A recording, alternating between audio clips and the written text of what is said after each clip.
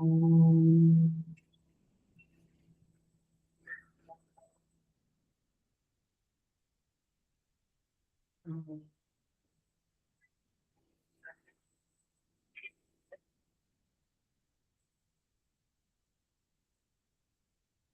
ओम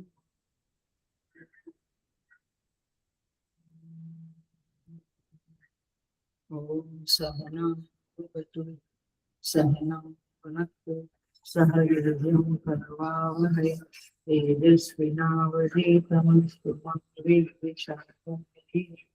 ओम शांति शांति शांति। समस्त जन कल्याण निरतं करुणामय नमामि चैनं देवं सद्गुरुं ब्रह्म विद्वरम्।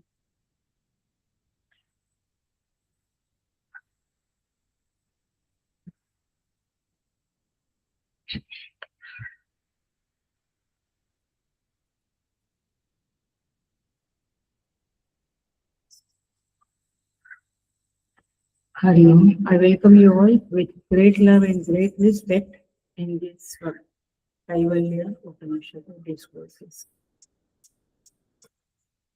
हमारा आज का श्लोक है, मंत्र है 7वां, 7 नंबर का। हम चैट करेंगे पहले शांति मंत्र श्लोकास। ओम भद्रं कर्णेभिः शृणुयाम देवाः भद्रं पश्येमाक्षभिर्यजत्राः स्थिरैरङ्गैस्तुष्टुवागंसस्तनूभिः यशेम देवहितं यदायुः स्वस्ति न इन्द्रो वृद्धश्रवाः स्वस्ति नः पूषा विश्ववेदाः स्वस्ति नस्ताक्षो अरिष्टनेमिः स्वस्ति नो बृहस्पतिर्दधातु। ओम शांति शांति शांति।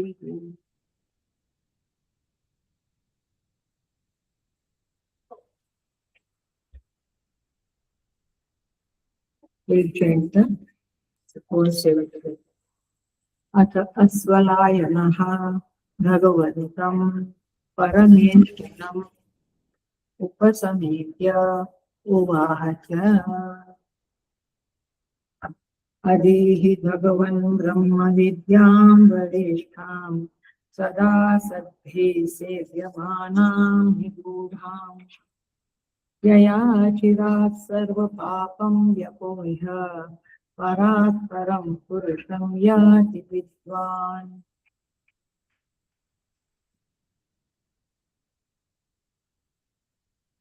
तस्मै स होवाच पितामहश्च श्रद्धा भक्ति ध्यान योगार्थवैः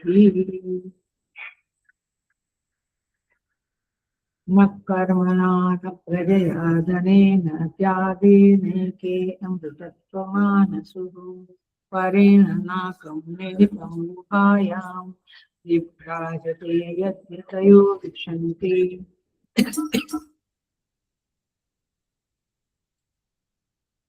वेदांत विज्ञान सुनिश्चितार्था संन्यासयोगाद्यतया शुद्ध सत्त्वाः ते ब्रह्मलोकेषु परान्तकाले परामृतात् परिमुच्यन्ति सर्वे। विविक्तदेशे च सुखासनस्थः शुचिः समग्रीव शिरः शरीरः सकल अत्याश्रमस्थ सकलेन्द्रियाणि निरुध्य भक्त्या स्वगुरुं प्रणम्य हृत्पुण्डरीकं विरजं विष्णुं विचिन्त्य मध्ये विशदं विशोकम् अचिन्त्यमव्यक्तमनन्तरूपं शिवं प्रशान्तम् अमृतं ब्रह्मयोनिम् तथादिमध्यान्तविहीनमेव विभुं चिदानन्दमरूपमद्भुतम् उमासहायं परमेश्वरं त्रिलोचनं नीलकण्ठं प्रशान्तम् ध्यात्वा मुनिर्गच्छति भूतयोनिं समस्तसाक्षीं तमसः परस्तात्।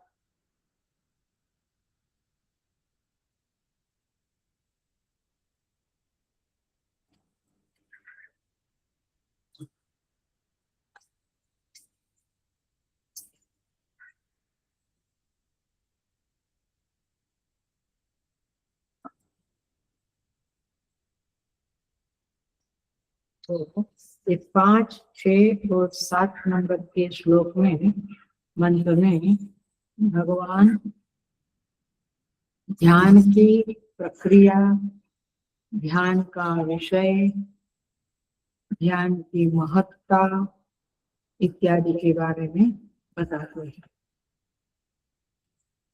सो 5वें मंत्र में भगवान कहते हैं, ब्रह्मा जी कहते हैं, किसको कहते हैं? अश्वलायन को, जो शिष्य है उनको कहते हैं एकांत स्थान में शरीर को स्थिर रखकर काया, गला और मस्तक एक लाइन में रखकर सारी इंद्रियों का निरोध करके गुरु को भक्ति पूर्वक प्रणाम करके आप ध्यान शुरू करो। कहाँ करें? हृत्पुंडरीकम, हृदय कमल में जो परमेश्वर है, जो दुख रहित है और जो मल रहित है, स्वच्छ है, अचिंत्य अव्यक्त अनंत रूपम प्रशांतम अमृतम ब्रह्म योनिम, ऐसे जो भगवान शिव है उनका ध्यान करो। आप किसी का भी ध्यान कर सकते हैं, इष्ट देवता जो है उनका। वह ब्रह्म कैसा है? आदि मध्य अंत विहीनम, और विभू है, चिदानंद रूप है, अद्भुत है, ऐसे परमेश्वर का आप ध्यान करो, ऐसा यहाँ पे कहते हैं। तो इस तरह से ब्रह्मा जी का वचन है। अब 7वें श्लोक में प्रवेश कर जाते हैं हम। 7वें श्लोक में भगवान ब्रह्मा जी कहते हैं उमा सहायम, यानी उमा के साथ, पार्वती जी के साथ, परमेश्वरम प्रभु, ये परम ईश्वर जो है शिव, प्रभु माने सर्वशक्तिमान स्वामी, उनका ध्यान करो। कैसे हैं वे? उनका सोपाधिक स्वरूप का वर्णन चालू है, कहीं निरुपाधिक था, कहीं सोपाधिक है। 3 मंत्र में त्रिलोचनम नीलकंठम प्रशांतम, त्रिलोचन है, 3 चक्षु वाले हैं, नीलकंठ है, प्रशांत है। उनका ध्यान करके मुनि गच्छति भूत योनि, भूत योनि माने व्यक्त संसार का जो आदि कारण परमेश्वर है, गच्छति वहां चले जाता है। कौन?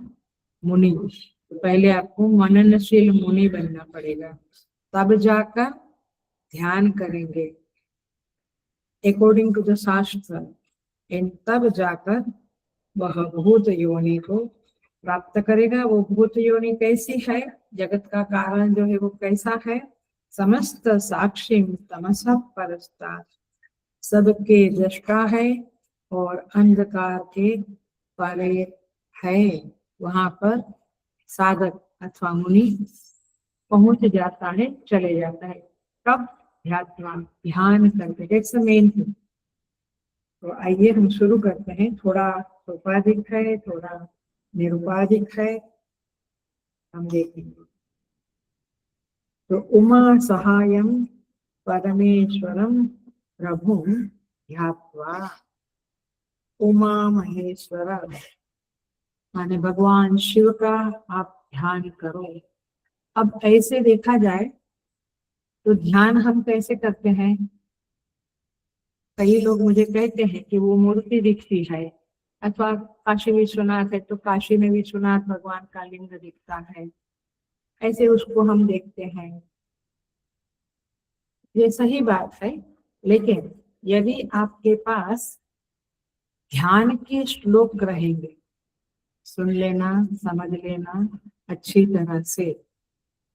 यदि आपके पास माने आपको मुखपाठ है, बाय हार्ट है ध्यान के श्लोका, जैसे अभी पंचामृत कराया है तो स्वामी जी ने 5 मेन श्लोका ऑफ गीता बताया है। काफी लोग था, उन्होंने एक पूरा भी हो गया हमारा संकल्प, तो लोग कर रहे हैं 3 अक्टूबर 8 का। तो वह जो श्लोका है, वो श्लोका का चैंटिंग करते समय वो ध्यान श्लोका नहीं है, वो ज्ञान श्लोका है। उसका आपको ज्ञान प्राप्त करना पड़ेगा। कर्मण्येवाधिकारस्ते मा फलेषु कदाचन, सेकंड श्लोक है। आपका अधिकार कर्म में है, फल में नहीं है। तो आप फल के बारे में सोच सोच के सुखी दुखी हुआ करते हैं, तो मत करो। तो एक उपदेश है, एक आदेश है इन श्लोकों में, तो उसका ज्ञान हमें आत्मसात करना है। यत् करोसि यद् जुहोसि यत् करोसि यदश्नासि यत् जुहोसि ददासि तथा यत् तपस्यसि कौन्तेय तत् कुरुष्व मदर्पणम्। ये 5 श्लोकों में से ये पंचामृत के श्लोक का एक दे रही हूँ मैं। तो वहां पे मेरे को कर्म अर्पण करो, मतलब क्या हुआ कि आप कर्म मैंने किया, आप निमित्त है ऐसा समझो। तो इस तरह से उपदेश है, आदेश है। लेकिन इस मंत्र में कैवल्य का जो मंत्र 7वां हम कर रहे हैं, वहां पे प्रभु परमेश्वरम प्रभु ध्यात्वा उमा सहायम, उमा के साथ भगवान का ध्यान करो। तो उसमें जो ध्यान श्लोक है वो प्योरली मेडिटेशन के है, उपासना के है। तो आप फर्क समझना, हर एक को ध्यान नहीं करना होता है, कहीं पे समझना होता है, कहीं पे ध्यान करना है। तो ये ओपनिंग है इस 7वें मंत्र की, उमा सहायम परमेश्वरम प्रभु। उमा के साथ माने भगवान शिव का ध्यान पार्वती जी के साथ करो, अकेला भी कर सकते हैं, ऐसा कुछ नहीं। तो 1 क्या है ध्यान श्लोक बोलती हूँ मैं, आप जरूर इन को बाय हार्ट करना। और जो भी शिव भक्त है पंचाक्षर मंत्र का जाप करते हैं या उसका सहारा लेकर मेडिटेशन करते हैं, वे ध्यान श्लोक बाय हार्ट करके अच्छे से ध्यान कर सकते हैं। तो ध्यान की विधि का चलो पहला स्टेप है, आप ध्यान श्लोक बाय हार्ट करो। इसलिए जब मैं अनुष्ठान देती हूँ लोगों को मंत्र का, मैंने 1.25 लाख या ऐसा 51,000 कुछ करने के लिए, तो मैं केवल मंत्र नहीं देती हूँ, मैं विनियोग भी देती हूँ, जिससे हम ऋषि से छंद से जुड़े, फल से जुड़े। और दूसरा मैं ध्यान श्लोक भी देती हूँ हमेशा, कोई भी मंत्र अनुष्ठान हो। बहुत ऐसा व्यक्ति है जिसको ये सब में मजा नहीं है, ये जल्दी जल्दी मंत्र करना चाहते हैं, उसको छोड़ देती हूँ। बट जो सिंसियर साधक है उनको सब कुछ देते हैं। तो ये ध्यान श्लोक क्यों करना है मंत्र जप के पहले? क्योंकि ध्यान श्लोक करने से वह मूर्ति जो है परमेश्वर की, वह अपने चित्त में स्फुरित होती है और सस्टेन भी होती है। तो ध्यान श्लोक इज वेरी इंपॉर्टेंट। ऐसे सीधा ओम से ऐसे नहीं करने का है। इसका एक स्थिरम आसनम बताया था, आज भी थोड़ा बताऊंगी। इसकी प्रक्रिया को अच्छी तरह से करने से फिर फल अच्छे से मिलता है। तो वंदे देव उमापतिं सुरगुरुं वंदे जगत कारणम, सुना है।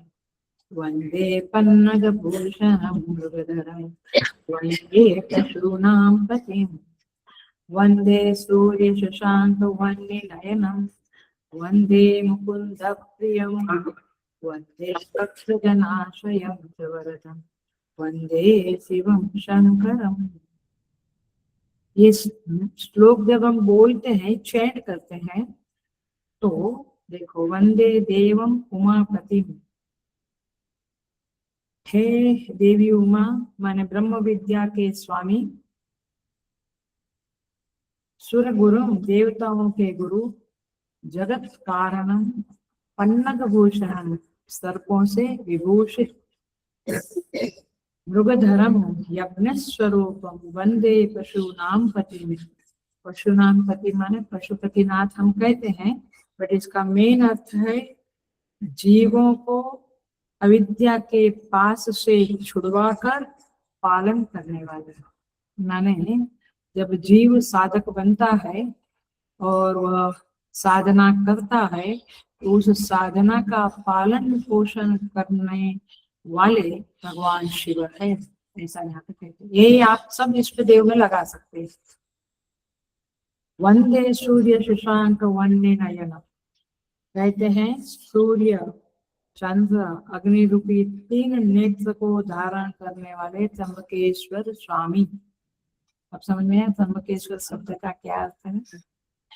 विष्णु प्रिय, मुकुंद प्रिय माने विष्णु प्रिय, भक्त जनों के आश्रय, कल्याण रूप, ऐसे भगवान शिव को मैं वंदन करता हूँ। जब आप ये बोलेंगे तो वह जो मूर्ति है भगवान शिव की, जो विग्रह है, वो आपके चित्त में अच्छी तरह से एस्टैब्लिश हो जाएगा।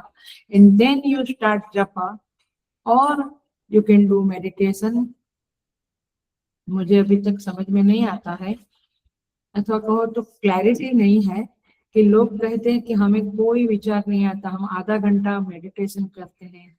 धन्य है, इट्स ओके। या फिर आपको समाधि लग गई होगी तो, बट काफी लोग ऐसा कहते हैं कि हम कुछ बोलते नहीं है, मंत्र भी नहीं, श्लोक भी नहीं, कुछ नहीं, तो आपको संसार का विचार नहीं, वो भी नहीं, हम शांत बैठते हैं। अच्छी बात है, I am not very clear सच में क्या होता होगा। एनीवे, तो इस तरह से ध्यान में मेडिटेशन करते हैं तभी, यदि हम श्लोक का सहारा ले, बाकी काफी सहारे बोले हैं 5, 6 और 7 श्लोक में, मंत्र में, लेकिन तो सहारा लेकर मेडिटेशन अच्छा होगा। कर्पूर गौरम करुणावतारम संसार सारम भुजगेन्द्रहारम सदा वसंतम हृदयारविंदे भवम भवानी सहितम नमः। तो कर्पूर के समान गौर वर्ण वाले, करुणा के अवतार, संसार से ये सार रूप, शेष नाग रूपी हार को धारण करने वाले, सदा हृदय कमल में निवास करने वाले भगवान शिव को भवानी सहितम नमामि, पार्वती जी के साथ में नमस्कार करता हूँ। जब आप बोलेंगे तो पार्वती मैया और भगवान शिव आपके सामने प्रकट होंगे। प्रकट होंगे माने चित्त में वे स्फुरित होंगे, जैसे चित्त में रसगुल्ला और पिज्जा स्फुरित होता है, तब तो जाके मोबाइल उठाते हो और लैपटॉप क्या होता है, सब में ऑर्डर दे देते हैं आप लोग। सो इस तरह से भगवान शिव का। और रात को सोते समय यदि आप चाहते हैं कि भगवान शिव आपके स्वप्न में, अथवा कहो रात में, आप देखा है जो भी आप मूवी देखा या कुछ व्हाट्सएप या यूट्यूब देखा, तो वो चीजें रात को सपने में आती है, कभी कभी आती है, कभी कभी नहीं भी आती। तो इसलिए रात को सोते समय यदि आपने ये श्लोक बोला तो भगवान शिव और पार्वती आपके चित्त में स्वप्न में भी स्फुरित होते रहेंगे। कौन सा श्लोक है? फेमस श्लोक है जो आपको बोलना ही बोलना है, चाहे आप महादेव पे विष्णु बोलो या जो भी बोलो, बट ये करना ही करना है। ये हर बच्चे को हमें सिखाना चाहिए, घर में जो बच्चे हैं सबको। बड़ा बच्चा है तो उसको यदि नहीं करता है तो, करचरण कृतं वा कायजं कर्मजं वा श्रवणनयनजं वा मानसं वा पराधं विहितमविहितं वा सर्वमेतत् क्षमस्व। जय जय करुणाब्धे श्री महादेव शंभो। कहते हैं हाथ से, पैर से, वाणी से, शरीर से जो भी कर्म होता है, कान से, चक्षु से, मन से जो भी अपराध होता है, विहित हो अविहित हो, सब कुछ आप क्षमा करो। कितनी प्यारी प्रेयर है, कितना प्यारा श्लोक है, और कितना मददगार श्लोक है। साधक को ये मंत्र बोल के, ये श्लोक बोल के ही सोना है। आप महादेव की जगह पे विष्णु को याद करो, नथिंग टू वरी। आपके जो भी देवता है, गणपति है, देवी है, आप उसको याद करो, परंतु ये श्लोक बोलने से पूरे दिन में जो गलतियां हुई है, हमको लगता है कि गलतियां नहीं हुई है, बट होती रहती है, तो उसकी क्षमा याचना करके सोने से थोड़ा बहुत मन हल्का हो जाता है। और उनकी क्षमा का भी हम आह्वान करते हैं। तो देखो फिर रात को आप देखो कितना अच्छी नींद आती है, सब कुछ कितना अच्छा होता है। और जो हायर साधक है, बहुत ऊंचे साधक है, वे तो कुछ चाहते नहीं है, वे तो क्षमस्व भी नहीं, कुछ नहीं, उनका ध्यान रहता है मोक्ष के ऊपर। तो वो श्लोक भी आपको पता होगा। चंद्रोद्भासित शेखरे स्मर हरे गंगाधरे शंकरे सर्पैर्भूषित कंठ कर्ण विवरे नीतोत्तवै स्वानरे दन्ते त्वाकृत सुन्दराम्बरधरे त्रैलोक्यसारे हरे मोक्षार्थं कुरु चित्तवृत्तिमचलाम् अन्यैस्तु किं कर्मभिः। भगवान शिव का स्मरण करते हैं, चंद्रकला के जैसी जटा सुशोभित है, कंदर्प दर्पहारी है, गंगा जी को धारण किया है, कल्याण स्वरूप सर्पों की माला पहनी है, आंख में से कामदाह अग्नि प्रकट हो रहा है, हाथी के चर्म के बने हुए सुंदर वस्त्र माने चर्मांबर धारण किया है, तीन लोक के सार है, पाप के नाशक है। ऐसे भगवान शिव को ये सब श्लोक जब बोलेंगे तो ये सब मीनिंग आपको पता होना चाहिए, तो फिर आपका चित्त परमात्मा में स्थिर होने से कोई नहीं रोक सकता है। आप कहते हैं मेरा माइंड इधर जाता उधर जाता, सब लोग मुझे यही कहते हैं, काफी लोग, कोई कहते हैं कि हमें कुछ भी नहीं, हम कुछ आता ही नहीं मन में, हम शांत रहते। वाह, दैट्स वेरी ग्रेट थिंग है, होता होगा, I don't know, I am not very clear. लेकिन आप जब ये श्लोक बोलेंगे सारे चाहिए जिसको, तो फिर मैं उसको क्या बोलते हैं, ये इमेज भी भेज सकती हूँ यदि किसी को चाहिए तो, नहीं तो आपको हो मिल ही जाएगा, सब के पास सब बुक्स तो होती ही रहती है। तो कहते हैं मोक्ष वृत्ति, मोक्षार्थम कुरु चित्त वृत्ति में चलाम अन्यस्तु किम कर्म भी। कितना गारंटी के साथ, कितने कॉन्फिडेंस के साथ यह साधक कहता है, कहो कि प्रॉमिसिंग वे में कहता है कि मुझे अन्य कोई चीजों से कोई मतलब नहीं है, अन्यस्तु किम कर्म भी, अन्य कर्मों से मुझे क्या करना है, मुझे तो मोक्षार्थम कुरु चित्त वृत्ति अचलाम, मैं मोक्ष की प्राप्ति के लिए ये ध्यान करने बैठा हूँ, मेरी चित्त वृत्ति को अचल करने बैठा हूँ। देखो कितनी क्लैरिटी है। कभी कभी हमें अलग अच्छी अच्छी बातें याद आती है, अच्छी अच्छी मैंने कुछ काम की बातें, हम कहते हैं मेडिटेशन बहुत उपयोगी है, क्योंकि बहुत कुछ जो भूल गए थे याद आता है। वो ठीक है, वो लौकिक लाभ है, बट आपको मोक्ष के लिए, ऊंचे साधक है तो मोक्ष के लिए प्रार्थना जरूर करना चाहिए। ये श्लोक तो मेरा बहुत फेवरेट है, और गणेश स्कूल में भी हम लोग रोज इसको चैंट करते थे। क्या कहते हैं आप गायत्री में? ओम तत्पुरुषाय विद्महे महादेवाय धीमहि तन्नो रुद्र प्रचोदयात्। तत्पुरुषाय, उस शिव जी को हम विद्महे जानते हैं, यानी आपने शिव जी के बारे में शिवलीला कथामृत एंड शिव पुराण सब कुछ पढ़ा हुआ है, अथवा कहो परमेश्वर के बारे में वेदांत के जरिए आप जानते हैं वे कौन है। महादेवाय धीमहि, उस महादेव का हम ध्यान करते हैं। तन्नो रुद्र प्रचोदयात्, ये भी पावरफुल गायत्री मंत्र है महादेव के लिए। तन्नो रुद्र प्रचोदयात्, वे रुद्र हमारी बुद्धि को प्रेरित करे, मैंने ध्यान के लिए आशीर्वाद देवे, यही इसका अर्थ है। तो इस तरह से आप कहेंगे आपका क्लास क्या इसी के ऊपर है? नहीं, डोंट वरी, इसके ऊपर नहीं है, हम थोड़ा अलग अलग बातें भी करेंगे। तो उमा सहायम परमेश्वरम प्रभुम ध्यात्वा, समझ आया? यहाँ पे वेदांत चिंतन नहीं करना है, यहाँ पे श्लोकों को चैंट करते हुए बाय हार्ट करो, और चैंट करते हुए उनका रूप का ध्यान करो, उनके गुणों का, उनकी लीला का ध्यान करो, ये ध्यान है, यानी सोपाधिक ध्यान है। आएगा चौथी लाइन में निरूपाधिक आएगा, हम करते हैं उस बातों को। फिर कहते हैं ध्यात्वा मुनि ही गच्छति। अब देखो, ये मैंने कह तो दिया कि चौथी लाइन में निरुपाधिक आएगा और अभी सोपाधिक ध्यान चल रहा है।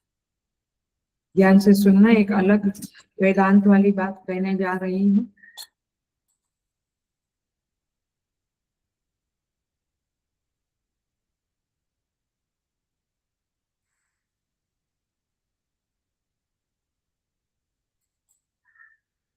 सोपाधिक जो होता है वह, माने सोपाधिक लक्षण कहो या सोपाधिक ध्यान हो, वो निरुपाधिक की तरफ जाने के लिए ही होता है। तो देखो, भगवान के दो प्रकार के, भगवान शिव का इधर वर्णन करके दो प्रकार के लक्षण यहाँ पे बताए गए, एक सोपाधिक लक्षण, एक निरुपाधिक। उसी को हम समझेंगे। वेदांत की दृष्टि से लक्षण दो प्रकार के होते हैं, एक है स्वरूप लक्षण, एक है तटस्थ लक्षण। स्वरूप लक्षण, तटस्थ लक्षण। आपको पहले बताया है, कुछ याद आता है? बट क्या बताया है वो याद है? तटस्थ लक्षण, जो लक्षण वस्तु के स्वरूप में रहे, वस्तु के स्वरूप में रहे और वस्तु को लखाए, लखाए माने इंडिकेट करे, सूचित करे, उसे स्वरूप लक्षण कहते हैं। वस्तु के अंदर रहे और वस्तु क्या है वो बतावे, क्योंकि लक्षण का काम ही है लखाना, बताना, तो बतावे, उसे कहेंगे स्वरूप लक्षण। जो लक्षण वस्तु के स्वरूप से अलग रहे, बाहर रहे, स्वरूप में न रहे, और फिर वस्तु को लखाए, फिर वस्तु को इंडिकेट करे, उसे कहेंगे तटस्थ लक्षण। तटस्थ लक्षण, तट के ऊपर माने किनारे पे बैठ के एक चीज, एक दर्शन होता है, और एक अंदर डूब, जब हम अंदर जाते हैं पानी के, तब जो एक लक्षण होता है, दर्शन होता है, वो अलग होता है। तो देखो, तटस्थ लक्षण माने वेदांत में एग्जाम्पल देते हैं तटस्थ लक्षण के। जैसे दो फ्रेंड जा रहे हैं, सुरेश और रमेश। अब जाना है सुरेश के मामा के घर पे, तो सुरेश रमेश को कहता है, देखो मेरा मामा का घर आ गया। किधर है? पूरे बिल्डिंग में, माने एक लाइन में बंगलोज या बिल्डिंग है। तो बोला है वो बिल्डिंग के थर्ड फ्लोर पे एक कौवा दिखता है, वो दूर एक बिल्डिंग है, वहां पे एक कौवा बैठा है थर्ड फ्लोर पे। हाँ हाँ दिखता है, रमेश कहता है दिखता है। वो जो कौवा दिखता है ना, वहीं पे मेरे मामा का फ्लैट है। तो इसको क्या कहेंगे? तटस्थ लक्षण। समझ में आए? वेदांत में टिपिकल एग्जाम्पल है शाखा चंद्र न्याय, माने पेड़ की डाली, माने जंगल में से दोनों फ्रेंड जा रहे हैं, कहते हैं चंद्रमा दिखता नहीं है, देखो देखो ये दो ब्रांचेस दिखती है ना तुम्हें, उसके बीच में से देखो चंद्रमा दिखेगा। अथवा पेड़ की डाली के 2 हाथ ऊपर चंद्रमा दिखेगा। तो 2 हाथ ऊपर नहीं है, वो तो कहीं दूर है, हजारों मील दूर है, लेकिन ये बताने का ढंग है। तो इस तरह से जो लखाने की विधि हुई, लखाने की माने बताने की, सूचित करने की, उसे कहेंगे तटस्थ लक्षण। लेकिन यदि ऐसा कहा दिया जाए कि आकाश में जो सबसे प्रकाशमान हंसुआ के शकल का जो नक्षत्र है वह चंद्रमा है, माने चंद्रमा के स्वरूप में ही वो लक्षण है हंसुआ के स्वरूप का, शक्ल का, माने शकल माने फेस। हंस के शकल का जो है, जैसा उसका फेस होता है, ऐसा जो नक्षत्र है ना, वो चंद्रमा है। तो वो स्वरूप लक्षण है। आ रही बात? तटस्थ लक्षण और स्वरूप लक्षण।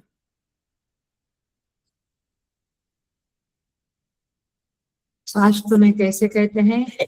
तद भिन्ने सति तद बोधकत्व तटस्थ लक्षण। तद भिन्न माने उससे भिन्न है, उस वस्तु से, उस पदार्थ से अलग है, लेकिन उसके बारे में बोध तो देता है, समझ तो देता है, तो उसे तटस्थ लक्षण कहेंगे। तद अभिन्न सति तद बोधकत्व स्वरूप लक्षणम।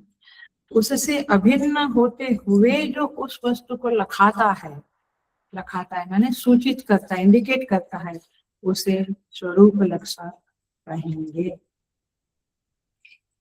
एक एग्जाम्पल दिया। अब हमारा राष्ट्रांत क्या है? भगवान शिव को जानने का। तो सोपाधिक है निरूपाधिक लक्षण। तो देखो, हम उसका वेदांतिक वे में समझे तो जगत कारणम ये शब्द आया है, वो श्लोक में आया था, ध्यान श्लोक। तो जगत जन्मादि का कारण ब्रह्म को बताया गया है कि वो उसमें से ही दुनिया उत्पन्न होती है, संसार उत्पन्न आत्मना आकाश संभूतः तैतरीय उपनिषद।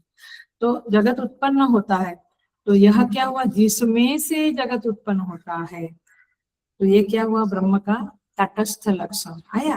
माने दुनिया को देखते हुए उस ब्रह्म के बारे में आप समझो कुछ, वो तटस्थ लक्षण हुआ। लेकिन जो सच्चिदानंद है, सतचित आनंद स्वरूप है, वो क्या हुआ? स्वरूप लक्षण। क्योंकि सत कोई बाहर नहीं है, वो परमात्मा ही सत स्वरूप है। चित्त कोई बाहर नहीं है, परमात्मा ही चित्त स्वरूप है। और आनंद कोई बाहर नहीं है, परमात्मा ही आनंद स्वरूप है। तो सच्चिदानंद स्वरूप लक्षण हुआ। और जन्मादि कारणम, जगत जन्मादि कारणम, ये हुआ तटस्थ लक्षण। पकड़ में आती है बातें? तो ये तटस्थ लक्षण और स्वरूप लक्षण। आप कहेंगे जगत तो मिथ्या है, वैसे तो सर्प भी मिथ्या है, बट सर्प दिखा तो सूचित क्या हुआ? शायद रज्जु हो गए, है ना? तो भ्रांति से सिद्ध जो विषय है वो मिथ्या विषय होने के बावजूद अपने अधिष्ठान का बोधक होता है। थोड़ा कठिन हिंदी बोल दिया। माने कोई चीज मिथ्या है, झूठी है, लेकिन वह अपने अधिष्ठान, जैसे कि सर्प का अधिष्ठान रज्जु है, जगत का अधिष्ठान परमेश्वर है, तो वह मिथ्या वस्तु जो जगत है वो अपने अधिष्ठान का बोधक हो सकता है। क्योंकि देखते हुए लगता है ना, ये कौन मृत्यु को बेचता है, कौन जन्म बच्चे का शरीर बनता है माँ के गर्भ में, कौन ये सब? कुदरत नहीं बोलना, तो कुदरत माने कौन? आपको कुछ समझना पड़ेगा। और कुदरत जब इसको प्रकृति बोलेंगे तो वो तो जड़ है, तो ये सब करने का तो कोई चेतन ही कर सकता है, इसलिए परमात्मा होगा। तो माने कोई भी भ्रम निरधिष्ठान नहीं होता है। जो भी भ्रम है उसके पीछे कोई सत्य तो है ही, जिसके कारण भ्रम उत्पन्न हुआ। तो मिथ्या वस्तु बिना अधिष्ठान के नहीं होती है। यही कारण है कि श्रुति जगत जन्मादि के कारणत्व को ब्रह्म का तटस्थ लक्षण बताती है और सच्चित आनंद को स्वरूप लक्षण बताती है। आ रहा है, ये तीनों श्लोक का एक मर्म बताया। कहीं अचिंत्यम वगैरह तटस्थ लक्षण है कि चिंतन नहीं कर सकते, अव्यक्तम वो मैनिफेस्ट नहीं होता है। अच्छा क्या होगा? वो मैनिफेस्ट नहीं होता है तो कैसा होगा? तो सच्चिदानंद हो, ऐसे। तो ये तटस्थ लक्षण है, तो आप इसके ऊपर होमवर्क करना। तटस्थ लक्षण और स्वरूप लक्षण, इस तरह से इस पूरे तीनों मंत्र में किसी को इच्छा है तो लिख सकते हैं ग्रुप में कि ये तटस्थ लक्षण है और ये स्वरूप लक्षण है।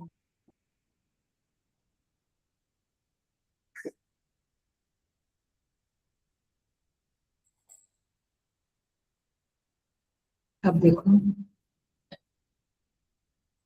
उमा सहायम परमेश्वरम प्रभु ज्ञात्वा मुनि गच्छति भूत योनि। मुनि, अब मुनि शब्द को हम थोड़ा सा देखेंगे। फिर तो मजा मजा त्रिलोचनम नीलकंठम स्टोरी बोली आएगी, तो ये थोड़ा ध्यान से समझ ले। हम आज का क्लास वैसे खास कठिन नहीं है, even though it is a कैवल्य उपनिषद।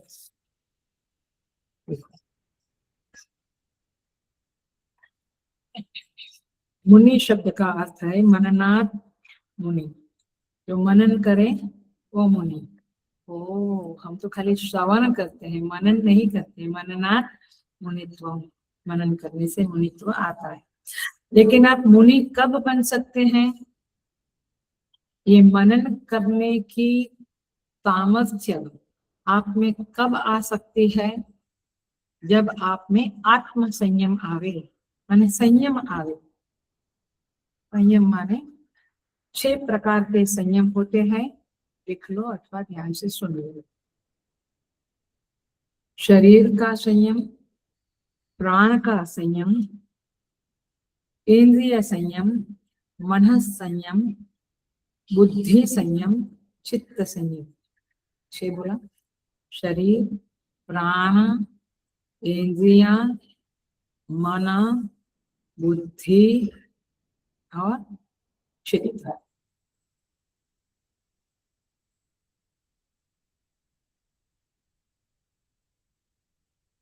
जो शरीर संयम आया, शरीर संयम में मुख्यतया मैं पतंजलि महाराज के साथ, पतंजलि योग सूत्र के साथ कंपेयर करते हुए इस टॉपिक को डील कर रही हूँ, ये ध्यान रखना। शरीर संयम माने पहले तो आसन। एक तो चेयर पे बैठते हैं, फिर ऐसे बैठते हैं, ऐसे बैठते हैं और टांग लंबा के है, वो खास आसन नहीं कहलाता। माने ऐसा आसन का तो पतंजलि महाराज ने कुछ कहा नहीं, लेकिन हम लोग जो जमीन पे बैठते हैं, कुछ फ्यू लोग, तो एक ही आसन में हम बैठते हैं, या तो सुखासन हो या सिद्धासन हो या पद्मासन। कल बड़ा बढ़िया था ना रामनवमी, कल रामनवमी का पूजा हुआ 11 से 12:30, सुपर हुआ बहुत। मैं शायद फोटो मैं नहीं भेजती हूँ क्योंकि मुझे लगता है कि लोगों को ऐसा होगा बॉम्बार्डिंग कर रहे हैं, इसलिए मैं बहुत इंपॉर्टेंट और फ्यू मैसेजेस ही ग्रुप्स में डालती हूँ। देखते, वो लड़की थी, मैक्सिमम 8, 9, 10 साल के अंदर अंदर हो गई, पूरा 1.5 घंटा पद्मासन में बैठी, and that was really great. वैसे आप कहेंगे बच्चे तो बैठ सकते हैं, हम थोड़े बैठेंगे, ठीक है, बट बचपन में भी हम तो नहीं बैठे थे पद्मासन में, तो नहीं, मांडी डाल के तो खाना खाने बैठना पड़ता था, तो बैठते थे, बट पद्मासन। तो शरीर संयम, शरीर संयम को क्या कहते हैं, मैंने कैसे बोलते हैं, स्थिरम सुखम आसनम। आप सुखपूर्वक स्थिर आसन में बैठो, उसे कहेंगे आसनम। तो शरीर का संयम है, उससे क्या फल मिलता है प्रभु? पतंजलि महाराज कहते हैं ततो द्वंद्व अनअभिघातः। थोड़ा पतंजलि सूत्र को समझिए। ततो, उसके कारण, द्वंद्व अनअभिघातः, द्वंद्वों का जो अभिघात होता है, अभिघात माने हमारे ऊपर जो द्वंद्व इफेक्ट डालते हैं, प्रभाव डालते हैं, दुख आया तो रोना धोना अथवा चिंता भय एक्सेट्रा, सुख आया तो अहंकार गर्व, तो ये जो इफेक्ट आती है वो अनअभिघात, वो अभिघात नहीं करेंगे, वो प्रहार नहीं करेंगे, आप चित्त स्थान स्थिर रहेंगे, उसको ये आसन का फल है। और ये अनुभव में आता है कि जब हम हमारा आसन लग जाता है तो चित्त में विचारों का प्रवाह भी काफी हद तक डाइल्यूट हो जाता है, और कुछ सुख दुख पंखा चालू ही नहीं था, वो ख्याल ही नहीं आया, द्वंद्व अनभिघातः। इसलिए 6ठे अध्याय में कहते हैं शुचौ देशे प्रतिष्ठाप्य स्थिरमासनमात्मना, पवित्र देश में स्थिरमासन आत्मना। सेकंड है प्राण संयम। प्राण संयम प्राणायाम से होता है।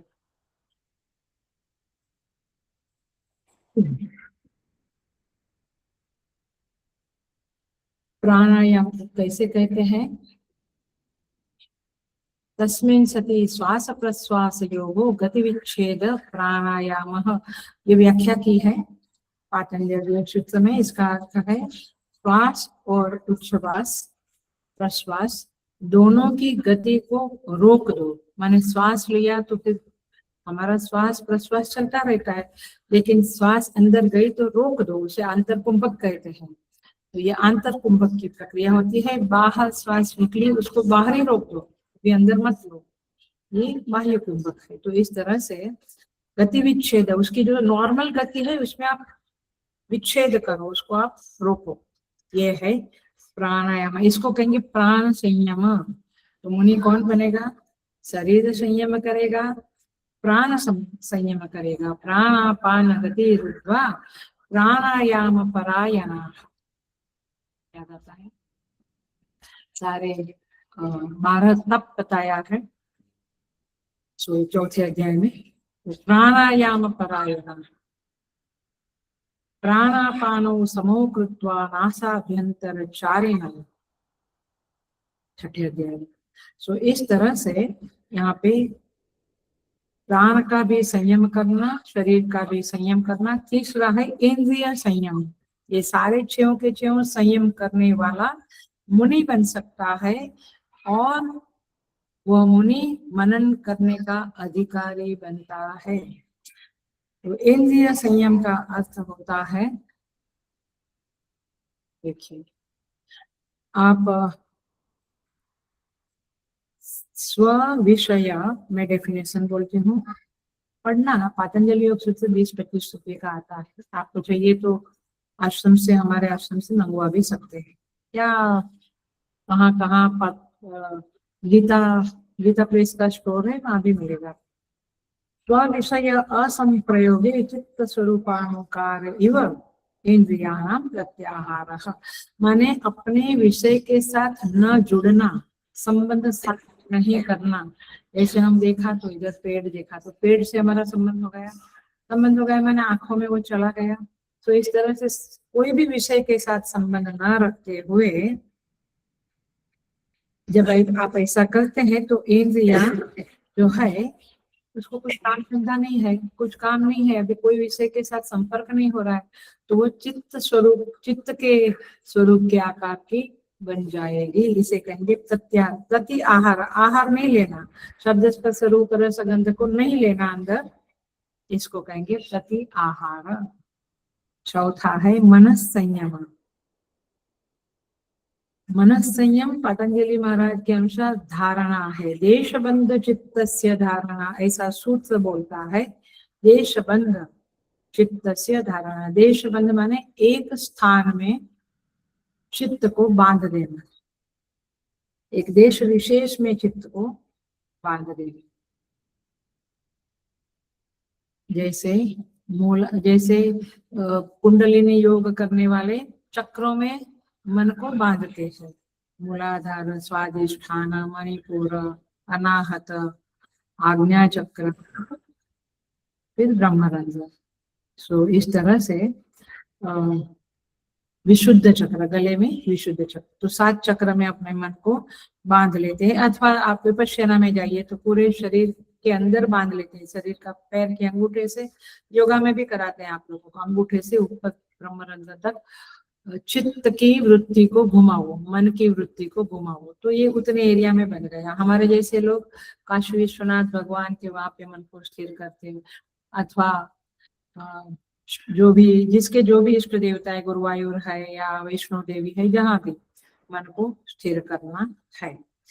तो यतो यतो निश्चरति मनश्चंचलम स्थिरम ततो ततो नियम्य तत् आत्मन्येव वशं नयेत्, गीता में कहते हैं। तो इस तरह से छठे अध्याय में देखा, इस तरह से मनस संयम करना है।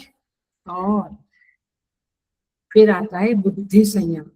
बुद्धि का संयम माने पतंजलि योग सूत्र के अनुसार ध्यानम, आप पकड़ रहे हैं, आसन प्राणायाम, जो उधर के सूत्र है वही इधर हम बोल रहे हैं, बट उसको नाम कैसे दिया है उसको एनालिसिस करके, शरीर संयम, प्राण संयम, इंद्रिय संयम, मन संयम, अब बुद्धि संयम। बुद्धि संयम माने ध्यान, तत्व प्रत्यय एकतानता ध्यानम। इस सूत्र में प्रत्यय पद का अर्थ बुद्धि है। बुद्धि की वृत्ति को एक धारा में बहाते रहना। जैसे हम चिंतन करते हैं अचिंत्यम, अचिंत्यम का चिंतन करते हैं, अव्यक्तम, अनादि, अनंत, तो इन शब्दों का चिंतन करने में बुद्धि सफल हो गई, उसे कहेंगे बुद्धि संयम, तब जाके मनन कर सकते हैं ना। तो प्रत्यय एकतानता यानी चित्त को एक ही जगह पे लगाना और उसी में वृत्तियों के धारा को बहाते रहना। जैसे आज्य धारया स्रोतसा समम, उपदेश सार में कहते हैं, जैसे घी की धार अथवा तेल की धार और नदी की धार यानी पानी की धारा बहती है, वैसे चित्त को भी उसी ईश्वर के, परमेश्वर के चिंतन में लगाना। ये पंचम आत्म संयम है। छठा आत्म संयम है चित्त संयम। इसको समाधि कहो, तदेवार्थमात्र निर्भासम स्वरूप शून्यम इव समाधि ही। जब ध्यान में वैसे तो त्रिपुटी होती है, मैं ध्यान करता हूँ ये मुझे ख्याल आता है, जिसका ध्यान करता हूँ वो ध्येय भी आंख में है, और ध्यान की प्रक्रिया चल रही है, उससे भी मैं अवेयर हूँ। लेकिन समाधि में क्या है, तदेव अर्थमात्र निर्भासम, वह अर्थ, वो जो ध्येय है वही केवल दिखता है, उसी की केवल अवेयरनेस रहती है, ध्याता की नहीं रहती। ध्यान की प्रक्रिया चल रही है भी नहीं रहता है। स्वरूप शून्यम एवं समाधि, जैसे स्वरूप शून्य सा, चित्त का निज स्वरूप शून्य सा हो जाता है। माने वही जो लोग मुझे कभी कहते हैं कि हमको तो कोई विचार नहीं आता है, हम तो बैठते हैं तो ध्यान लग जाता है। ध्यान लग गया माने क्या, दो ही स्थिति हो सकती है पकड़ लेना, इधर आप तंजा में चले गए या निद्रा में, निद्रा दूर की बात है, बट तंजा में चले गए माने ब्लैंक ब्लैंक हो गए, अथवा उस परमेश्वर के जो ध्येय स्वरूप है उसमें समाधि लग गई। तो ये दो में से एक भी नहीं होता है तो फिर आपका कुछ गड़बड़ वाला मामला है, और होता है तो हेड्स ऑफ, तो फिर धन्य है, माने ईश्वर की कृपा बड़ी कृपा है। सो आइदर समाधि कहते हैं या योग चित्त वृत्ति निरोध, चित्त वृत्तियों को रोक देना। सो इस प्रकार से ये 6 जो है ये संयम हो गए, शरीर संयम, प्राण संयम, इंद्रिय संयम, मन संयम, बुद्धि संयम, चित्त संयम, ये 6 हो गए तो आप मुनि नाम से आपका स्वागत होगा, अथवा आप मुनि नाम से पहचाने जाएंगे।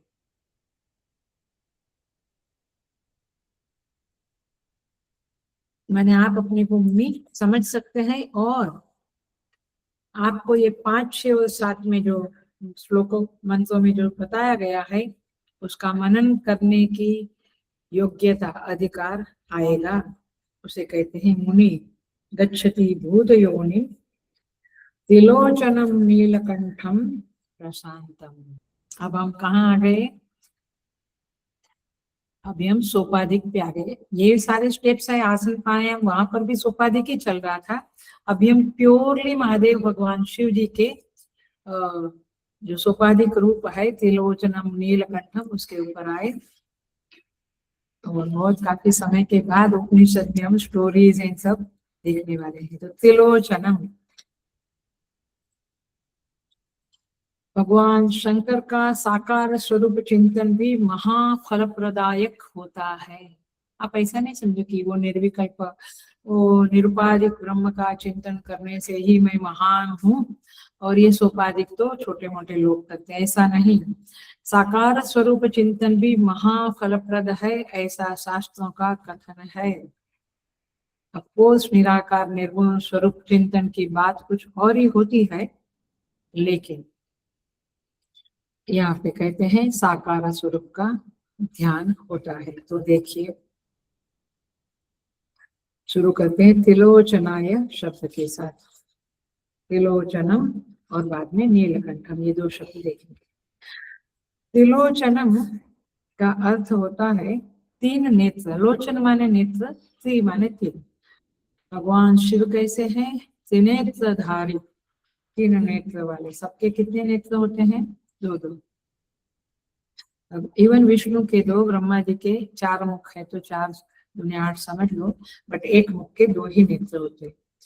और ये नेत्र भगवान शिव का कहाँ है, ललाट में है, कपोल में है, फोरहेड में है, जिसको भगवान शिव हमेशा बंद रखते हैं, ये याद रख। भगवान शिव ऐसे नेत्र खोलते नहीं है। तीसरा नेत्र खोला तो अग्नि वर्षा हो जाएगी, उसका उपयोग भगवान शिव ने शायद 1-2 बार ही किया है। भस्मासुर को भस्म किया तभी उसका प्रयोग नहीं किया था। त्रिपुरासुर के वध के लिए भी तृतीय नेत्र का प्रयोग नहीं किया था। एक ही प्रसिद्ध उदाहरण है कामदेव, याद आता है ना। भगवान शंकर ने कामदेव को भस्म करने के लिए तृतीय नेत्र खोला था, लेकिन क्यों कामदेव आए उनके पास और उनको अट्रैक्ट करने लगे और अपना प्रभाव दिखाने लगे, और भगवान को उसे भस्म करना पड़ा, क्योंकि कथा ऐसी है, पता है। तारकासुर को वरदान प्राप्त था कि तुम्हारी मृत्यु शंकर के पुत्र से होगी, उसके अतिरिक्त और किसी भी तरह से तुम्हारी मृत्यु नहीं होगी। ये उसने वर मांगा था, क्योंकि उसको पता था कि शिव जी शादी नहीं करेंगे, वो तो वैराग्यवान है, लेकिन परमेश्वर का विधान कुछ कुछ कुछ कुछ होता है। तो भगवान, तो शंकर भगवान तप में लगे हुए थे, तो उनका तपोभंग करने के लिए इंद्रदेव ने साक्षात कामदेव को भेजा। अन्यथा इंद्रदेव कामदेव को नहीं भेजते, अप्सराओं को भेजते, याद है ना, विश्वामित्र को कौन भेजा, मेनका भेजी थी। तो इस तरह से अप्सराओं को भेजते हैं, लेकिन कामदेव को भेजा। कामदेव गए और ऐसा पूछा गया, कामदेव तुम जा सकते हो ना? तो बोले प्रभु, इंद्र भगवान को कहते हैं कामदेव कि देखिए, मैंने ब्रह्मा को संध्या के पीछे दौड़ाया, सरस्वती संध्या, विष्णु को तुलसी से कपट में लगाया, तुलसी के साथ कपट किया, इंद्र को अहिल्या का जार बनाया, माने आपको, तो फिर शिव जी के लिए क्या बात है, मैं करूंगा। तो काम करने के लिए गए और फिर भगवान के ऊपर अपने काम बाणों की वर्षा की। शंकर भगवान ने आंख खोली और उसको भस्म कर दिया।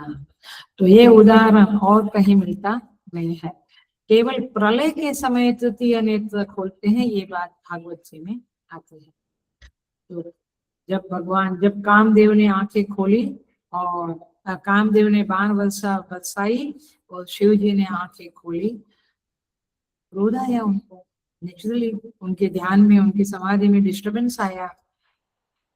तो देवतागण पुकारने लगे, बोलने लगे जोर जोर से, क्रोधम प्रभो संहर संहर इति, आप अपने क्रोध को संहार, क्योंकि उनको पता चल गया कि अब कामदेव गया, अब उसको भस्म कर डालेंगे। लेकिन आखिर में देवताओं की कोई प्रार्थना नहीं सुनी भगवान शिव ने और उनका जलाकर भस्म कर दिया। सो इस तरह से देखिए, ये भगवान शिव का एक एंगल से हम ये त्रिनेत्र शब्द को, त्रिलोचन शब्द को देखते हैं। दूसरा एंगल है जहाँ पे साबर भाष्य में वार्तिक करते हुए, मीमांसा साबर भाष्य का वार्तिक लिखते हुए कुमारिल भट्ट कहते हैं, विशुद्ध ज्ञान देहाय त्रिवेदी दिव्य चक्षुषे श्रेय प्राप्ति निमित्ताय नमः सोमार्ध धारिण। कहते हैं विशुद्ध ज्ञान देहाय, जिसका ज्ञान विशुद्ध देह माने विशुद्ध है, माने ज्ञान देह जिसका विशुद्ध है। हमारा भी ज्ञान देह है, लेकिन हमारा कैसा है, अशुद्ध है, अविद्या से मिला हुआ। त्रिवेदी दिव्य चक्षु से, तीन वेद रूपी चक्षु जिसके है, श्रेय प्राप्त निमित्ताय, कल्याण की प्राप्ति के लिए हम उस शिव को सोम अर्ध धारिणी, अर्ध सोम माने अर्ध चंद्र को धारण किए हुए शिव जी को हम नमः नमस्कार करते हैं। कितने प्यारे प्यारे मंत्र हैं। ये तीन चक्षु कौन से है भगवान के? ये कुमारिल भट्ट मीमांसा के आचार्य, आचार्य माने मीमांसा के ऊपर कमेंट्री लिखने वाले कुमारिल भट्ट कहते हैं त्रिवेदी दिव्य चक्षु से, तीन वेद ही दिव्य चक्षु है। वैसे भी एक क्वेश्चन आपके अंदर आना चाहिए, किसी को आया है क्या?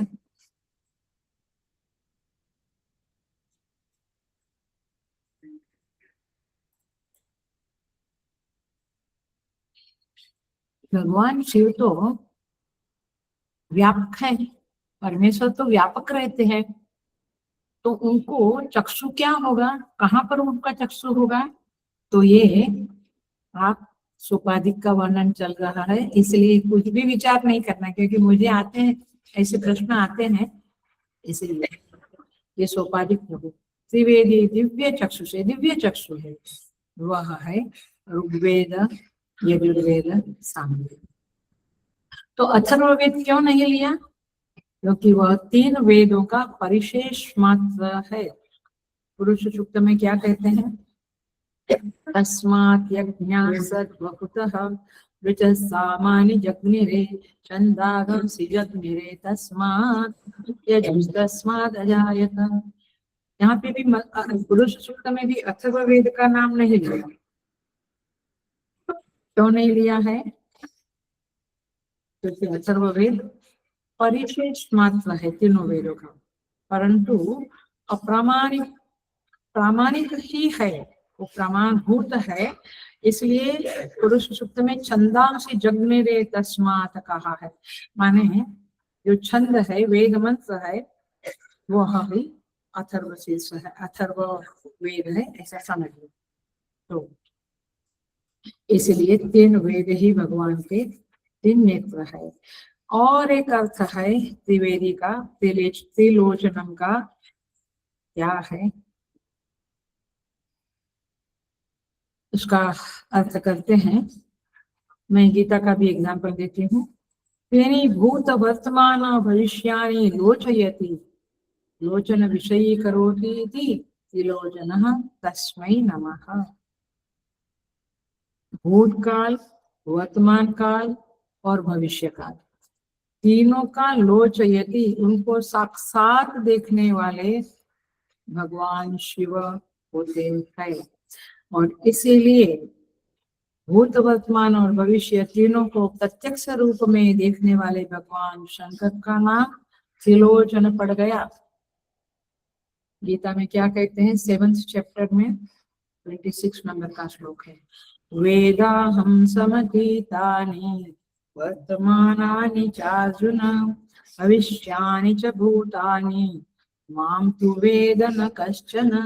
भगवान कहते हैं तीनों को मैं, भूत भविष्य वर्तमान तीनों को मैं जानता हूँ, माम तु वेद न कश्चन, लेकिन मुझे, मैंने सारे भूतों के तीनों काल को मैं जानता हूँ, मुझे कोई नहीं जानता है। ये है आपका त्रिलोचनम। ऐसे भगवान, तो जब हम त्रिलोचन शब्द का सोपाधिक है मनन करते हैं, तो हमें इस तरह से मनन करना है कि त्रिलोचन माने क्या, खाली आंख को देख के रहना, ये एक प्रकार का देशबंध चित्त से धारणा आ जाएगा। लेकिन हम जब उनका निधिध्यासन करेंगे तो तत्व प्रत्यय एकतानता ध्यान, तो ये हम थोड़े आगे बढ़ जाते हैं। Are you getting? धारणा एक चीज है, एक जगह पे देखते रहना, उनकी आंख देखो, माने ये भी एक अच्छी साधना है। इसको मानस पूजा का संदर्भ भी ले सकते हैं, मानस पूजा भी बोलते हैं। जब आप षोडशोपचार से मन से भगवान की ये पूजा करो। कई बार लोग कहते हैं कि यात्रा में आते हैं तो ट्रेन में पूजा नहीं होती है। मैं कहती हूँ क्यों नहीं होती है? हो सकती है, आप मानस पूजा कर लो। मैंने काफी लोगों को मानस पूजा सिखाई है, उसका एक सेमिनार भी लिया था मेरा अम्मा के योगा सेंटर में। तो जो षोडश पूजा यहाँ करते हैं, धूप दीप नैवेद्य, पहले सब हम उनका संकल्प लेते हैं, फिर चंदन कुमकुम अक्षता, फिर पुष्पानी चढ़ाते हैं, धूप दीप नैवेद्य, ये सब कुछ जो है वो मानस पूजा, ऐसे मानस पूजा करते रहने का। और त्रिलोचन में अभी जिस तरह से समझाया है कि तीन वेद है, तीन काल को समझते, ऐसे उनका मनन करना, तो क्या होएगा, आप जगत के मनन से मुक्त हो जाओगे।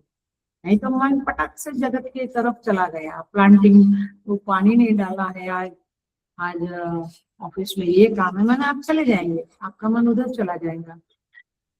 तो मनन करने के लिए पहले भी कहा, ध्यान श्लोक का सहारा लो, अथवा ग्रंथों को पढ़ के इस तरह से, अथवा श्रवण करके प्रवचनों को इस तरह से, शिव जी का अथवा परमेश्वर का, जहाँ जो भी आपके इष्ट देवता है उनका ध्यान।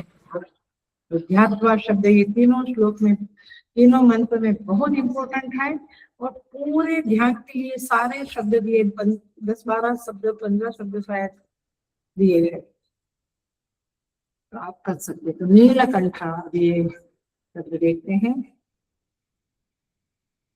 नीलकंठ शब्द कहाँ से आया? शुरुआत क्या करें? समुद्र मंथन, और पहले हलाहल निकला।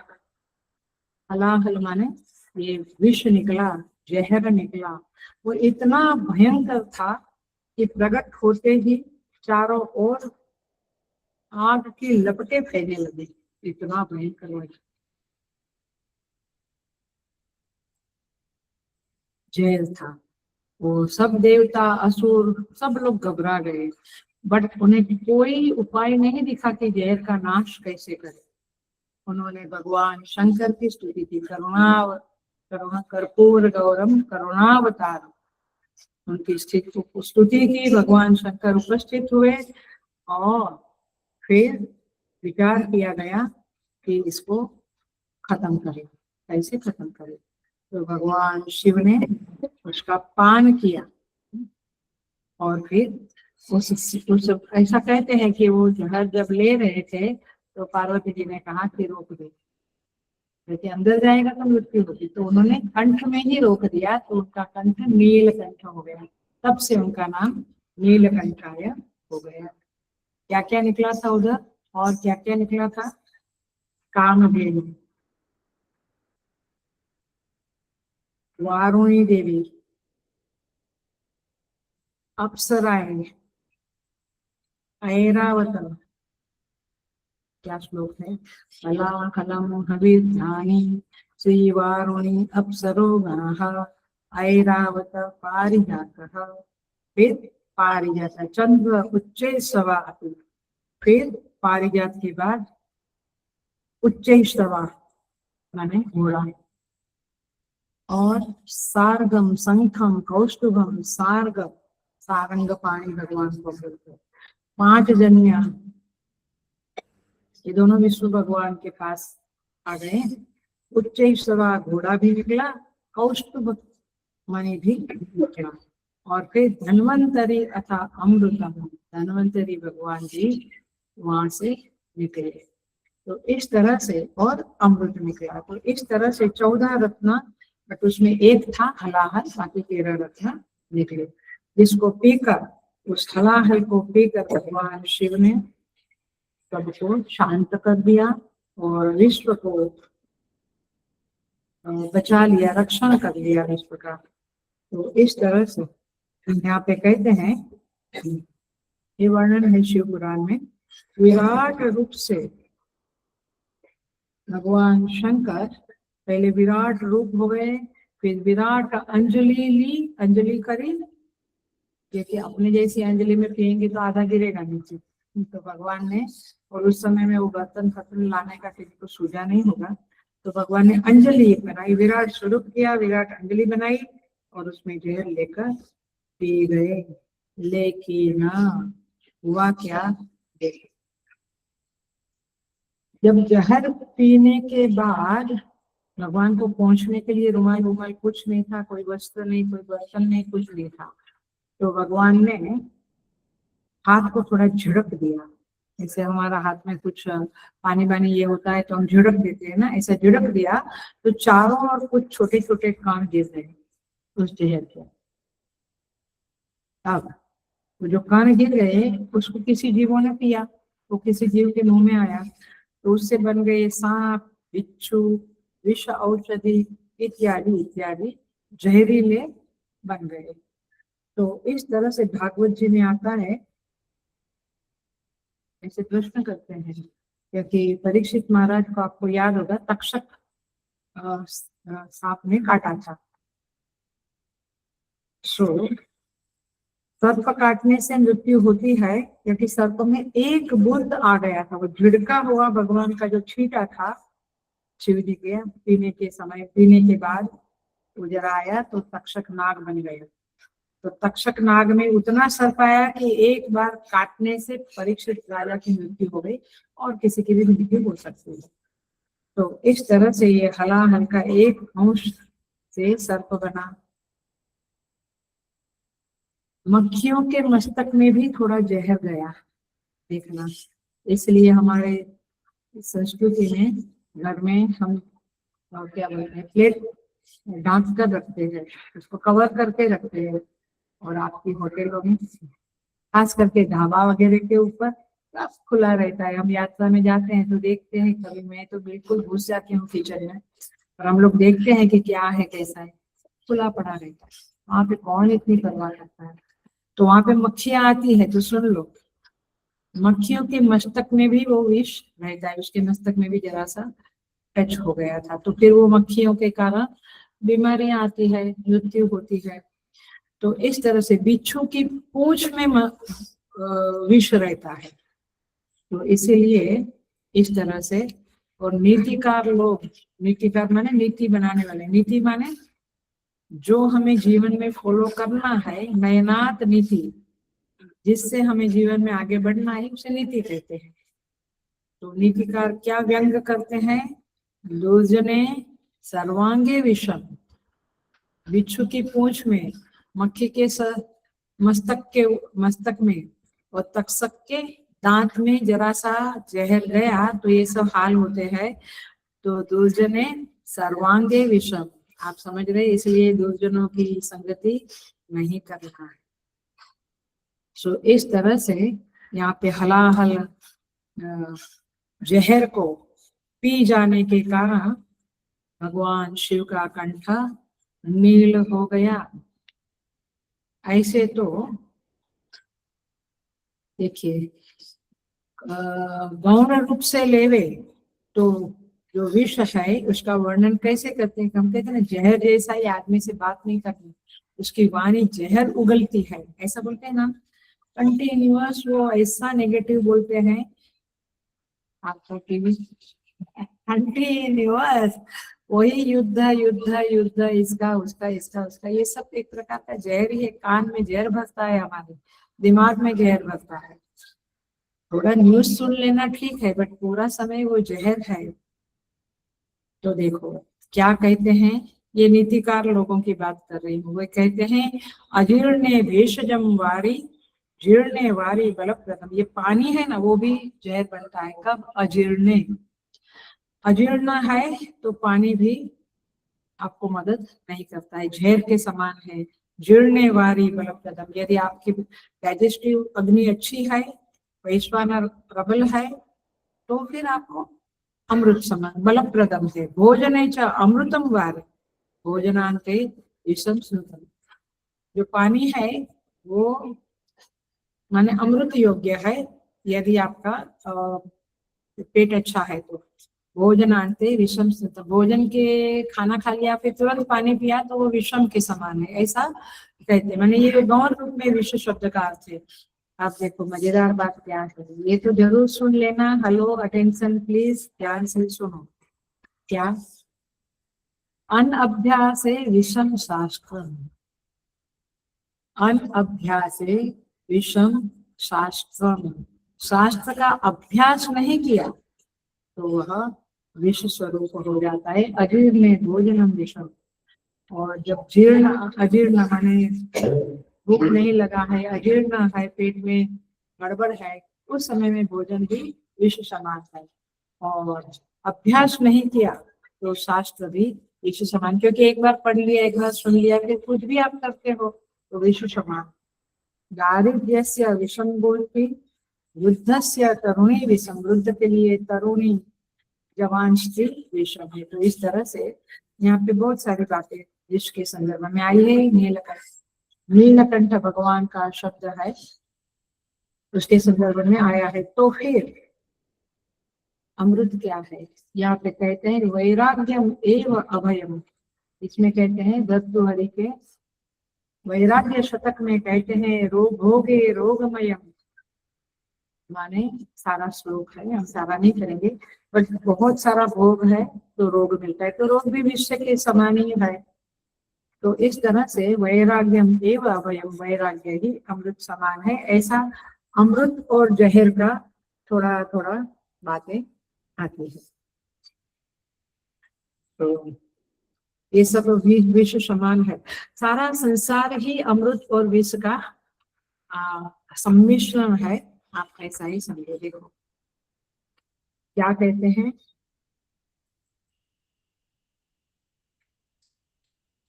भोगे रोगमयम कुले च्युतिभयम। आपका खानदान के है, आप अच्छे खानदान के, तो आपके अंदर सदा भय, भय भी विश्व के समान है, अभय अमृत के समान है। बट सभी लोग इस विष को विष के स्वाद को लेते ही रहते हैं। ये भय, ये विष समान है। रोग, ये विष समान है। भोगे रोग भयम, कुले च्युति भयम, वित्ते नुपालात भयम। ये बातें करी है, इसे आज एक बार याद कर लेते हैं कि ये सब कुछ विष समान है। पैसा बहुत है तो टैक्स का भय लगता रहता है, इधर उधर क्या कहते हैं, टैक्स चोरी करने में लोग रहते। माने दैन्य भयम, आपको बहुत अभिमान है अथवा सम्मान मिलता है तो फिर आपको दैन्य भय लगता है कि ये सम्मान चला गया। तो बले रिपु भयम, बलवान है तो अभी चल रहे हैं, रिपु माने दुश्मन, दुश्मन का भय रहता है। आप बलवान है तो कोई भी मेरे ऊपर अटैक कर देगा, तो ऐसा रिपु भयम। ये चलता है ट्रम्प का और ईरान के साथ। रूपे जरायाम भय, आप बहुत रूपवान है तो आपको हमेशा भय लगता है कि बुढ़ापा में मैं, ओ ये बुढ़ापा, ये जो एक्ट्रेस है ये जवानी में कैसी लगती थी, ये बुढ़ापे में कैसी लगती है। तो आपको अपना बुढ़ापा भी, जरा का भी, वृद्धावस्था का भी भय लगता रहता है। रूपे, रूपवान है तो मैं कैसे कुरूप हो जाऊंगी, ऐसा भय लगता है। शास्त्र वादी भय, आप शास्त्र में पारंगत है तो कोई भी मुझे चैलेंज करेगा, मेरे साथ वाद करेगा तो मैं कैसे निभाऊंगा। गुणे खल भयम, गुणवान है आप, अच्छे है तो आपको हमेशा जो खल है, दुष्ट लोग है उनका डर रहता है। और दुष्ट लोग अच्छे लोगों को ही सताते हैं, क्योंकि दुष्ट दुष्ट को सताएगा तो एक गाल पे एक मारेगा तो दो सामने से आएंगे। वो सज्जन है वो आपको नहीं मारता है, इसलिए गुणवानों को हमेशा दुष्टों का भय रहता है। काये कृतांतात भयम, शरीर है तो मृत्यु का भय रहता ही रहता है। सर्वम वस्तु भवेद भयम भूरि, नृणाम वैराग्यम एवं भयम, सारी सृष्टि में ये जहर भरा हुआ है, माने भय रूपी जहर भरा हुआ। ऐसे सारा जो ईर्ष्या है, अभिमान है, ये सब जहर के समान ही है। इसलिए तो हम कहते हैं कि अंतःकरण शुद्धि दो भगवान, चित्त शुद्धि दो, क्योंकि ये सब जहर को, ये नेगेटिविटी जो है हमारे अंदर, सारी दुनिया नेगेटिविटी से ग्रस्त है। और इसीलिए मस्त रहना है तो अभयम एव वैराग्यम एव अभयम, वैराग्य बन जाओ तो आप अमृत को प्राप्त करेंगे। ऐसे तो बहुत बढ़िया बढ़िया आचार्यों ने ये समुद्र मंथन के बारे में आध्यात्मिक दृष्टि, अभी तो मैंने अधिदैविक रूप में बातें बताई, बट इसको आध्यात्मिक रूप में भी थोड़ा सा मैंने अधिभूत के संदर्भ में बताया, भोगे रोग में हम करते। परंतु अथवा कहो कि ईर्ष्या, ये अभिमान, ये कपट, ये सब नेगेटिविटी जो है वो सब अध्यात्म के रूप में जहर समान ही है। बट और भी बहुत सारी बातें होती है इसके संदर्भ में, कभी पढ़िएगा या कभी हम करेंगे। सो ये है नीलकंठम प्रशांतम, परमेश्वर भगवान शिव सदा प्रसन्न प्रसन्न मुद्रा में और प्रशांत मुद्रा में रहते हैं। ये देखा है देवता लोगों का सबका प्रसन्न मुद्रा रहती है ना। ऐसी प्रसन्न मुद्रा जब हमारी होगी, स्माइल देना ऊपर ऊपर से वाला नहीं, प्रसन्न मुद्रा ही कई लोगों की प्रसन्न होते हैं, ह्यूमन बीइंग में भी सदा प्रसन्न मुद्रा में रहते हैं। सो प्रशांतम प्रसन्नम ध्यात्वा मुनिर गच्छति भूत योनि, भूत योनि माने भूतों की योनि, माने व्यक्त संसार का कारण जो है, व्यक्त संसार में जो पंचभूत है, आकाश वायु अग्नि जल पृथ्वी, उसका भी जो कारण है, उस परमात्मा को हम आप ध्यान करो। और ध्यान करोगे तो समस्त साक्षिम तमसः परस्तात, तो फिर वह जो सबके साक्षी रूप, सबके दृष्टा रूप, तमसः अंधकार से परे जो है, परस्तात अंधकार माने अविद्या, अज्ञान, अज्ञान से परे जो है वो वहां पे वो स्थिति में अथवा वो परमेश्वर में आप पहुंच जाओगे। गच्छति मुनिर गच्छति भूत योनि, ये मुनि उस भूतों के कारण परमेश्वर के पास पहुंच जाता है, माने उसमें मिल जाता है। जो अविद्या से अज्ञान से परे है वो सारे सृष्टि का, भूतों का साक्षी है, उसके पास वह पहुंचता है। कब? ध्यात्वा, सोपाधिक का ध्यान करके, फिर निरुपाधिक का ध्यान करके, माने उसको निधिध्यासन बोलेंगे, सोपाधिक को ध्यान बोलेंगे, वहां पे आप पहुंच जाएंगे।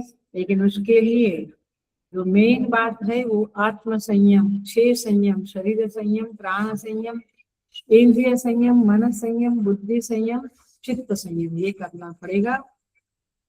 और फिर जैसे बताया भगवान शिव के ध्यान श्लोका से बताया कि ध्यान श्लोक को बाय हाथ करके फिर आप रूपाधिक ध्यान करो और मनन करो, और फिर समस्त साक्षी के उस परमेश्वर के पास आप पहुंच जाओगे। तो इस तरह से यहाँ पे ये 7 मंत्र पूरे होते हैं। 8वां मंत्र भी कुछ उसी तरह का है, बट थोड़ा सा अलग है। जहाँ पे अधिष्ठान अध्यस्त की बात करनी होगी। आप जरूर वेदांत में इंटरेस्टेड है तो नेक्स्ट क्लास बंक ना करें, हम अगले फ्राइडे को करेंगे या देखते हैं। ओम पूर्णमद पूर्णमिदं पूर्णात् पूर्णमुदच्यते पूर्णस्य पूर्णमादाय पूर्णमेवावशिष्यते। ओम शांति शांति शांति। हरि ओम। श्री गुरुभ्यो नमः। हरि ओम। हरि